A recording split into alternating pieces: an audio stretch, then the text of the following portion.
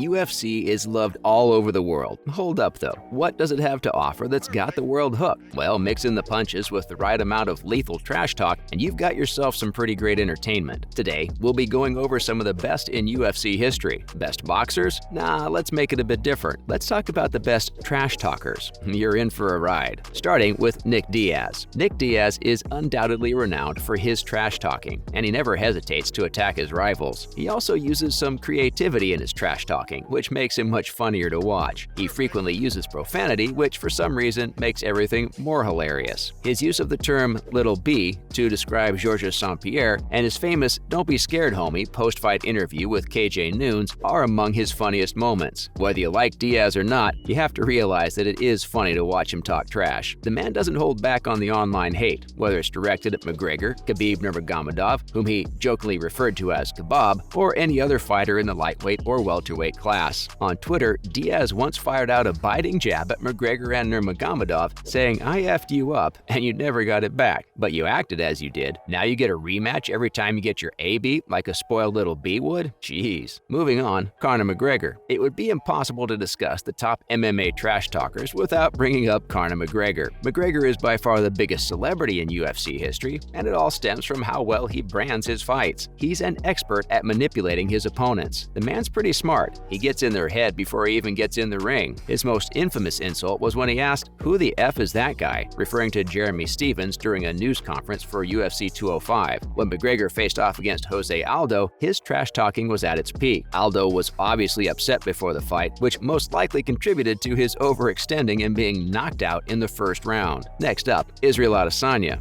Don't get us wrong, Conor McGregor is the master of his craft when it comes to trash talking. Israel Adesanya does, however, show several characteristics that are like the Irish when it comes to trash talking. He has a borderline cocky attitude due to his trash talking and arrogance. Because of his actions, such as the iconic hump on Paulo Costa after knocking him out, some fans think he is conceited, and they're not wrong. Some people, including us, think he proved his statements in the octagon by thrashing all of the best middleweight competitors. We're always down for appreciating a man that knows how to follow up on his words. Not to forget Ronda Rousey. Rowdy, as well as being known for knocking out her opponents in the first round, is also notorious for her anger toward them. In reality, only one of Rousey's 12 career victories, all of which were stoppages, were pretty lethal by the time the first round ended, a remarkable accomplishment for the judo gold medalist whose skills and demeanor on the mic likely contributed to her smooth transition from mixed martial arts to professional wrestling. Rousey objected to Holly Holm, aka the preacher's daughter, for what she perceived to be her false sweet act, adding, "I see right through it. I see that it's all fake and you're gonna get it on Sunday." Many believe Rousey overlooked Holm as a serious challenger to her women's bantamweight championship when she said in a pre-fight interview, "On Monday morning, after I beat Holly and I look around, it's going to be the most amazing feeling." And Holm went on to give Rousey her first ever mixed martial arts defeat by knocking her out in the second round. But Miesha Tate has always been the target of Rousey's most insulting remarks. Tate, according to Rousey, has everything she wants in life, and that is the chink in her armor, because she never looks her in the eye. On the 18th season of The Ultimate Fighter, the two were the opposing coaches, and there was much trash talking, as well as hand gestures from Rousey going on. Also, Matt Serra. When you're from New York, being a trash talker comes naturally. Long Islander and former welterweight champion Matt Hughes engaged in one of the most acrimonious rivalries in UFC history. Hughes referred to Serra's victory over Georges St-Pierre to win the welterweight title at UFC 69 as a fluke, which ended the beginning of the war. They competed against each other at UFC 98, with Hughes winning by unanimous decision. They were opposing coaches on Season 6 of The Ultimate Fighter. The battle is largely forgotten because of the subsequent trash talking, which put Serra at the center of attention. Next, Tito Ortiz. Tito Ortiz is famously known as the Huntington Beach bad boy, and his trash talking is complete proof of why he has the title. One of the traits that the world knows him for is his penchant for trash talking, which has served him well in his rivalries with wrestlers like Ken Shamrock and Chuck Liddell. Ortiz hurled a particularly notable slur towards Mr. Shamrock when Tito screamed into a microphone that he was Rick James and that Shamrock was his B. And Josh Koscheck.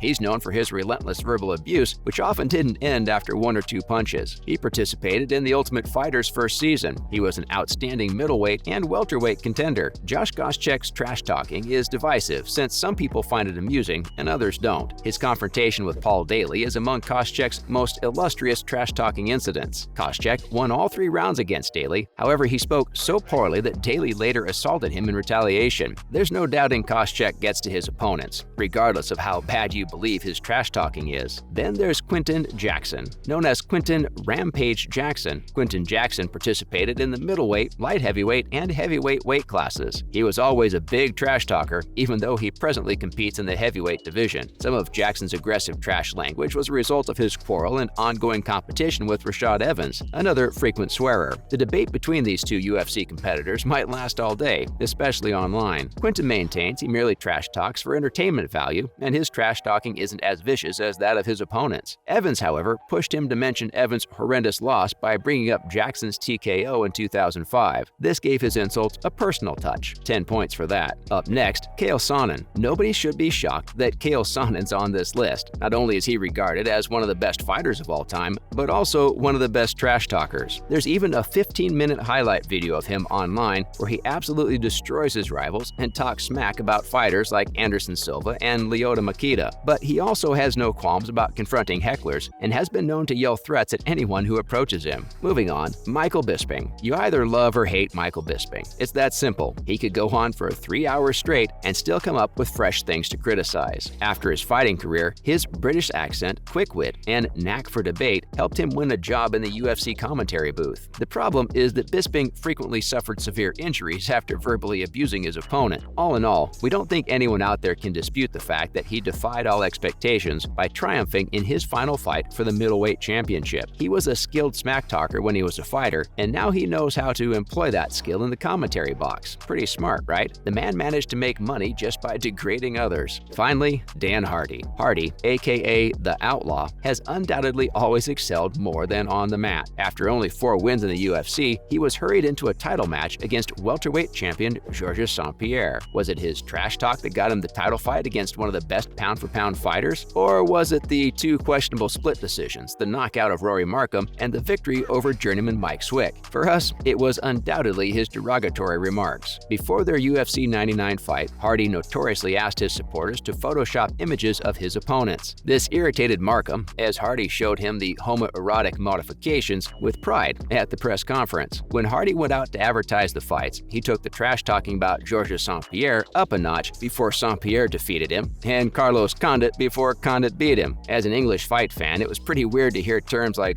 and used during UFC broadcasts. It's also why many enjoyed Hardy's insults. However, the Outlaw's response to Georges St-Pierre's remarks that he wasn't a genuine mixed martial artist before their UFC 111 title fight was our favorite. We really liked the passive-aggressive English sarcasm too. What fans love the most about him, though, is his ability to always prove himself in the ring. That's a wrap for this video. Who do you think had the dirtiest mouth in UFC history? Let us know in the comments below. Make sure to give this video a thumbs up and subscribe to our channel for more videos like this. See you in the next one.